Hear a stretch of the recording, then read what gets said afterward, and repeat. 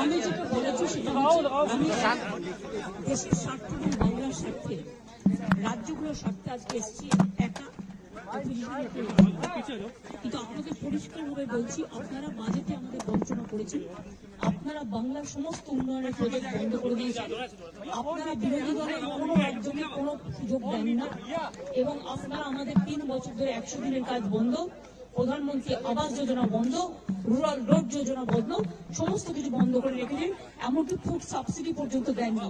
আমরা 1,71,000 কোটি টাকা পাই লাস্ট ইয়ার পর্যন্ত। এই বাজেটেও কিছু নেই, শুধু জিরো।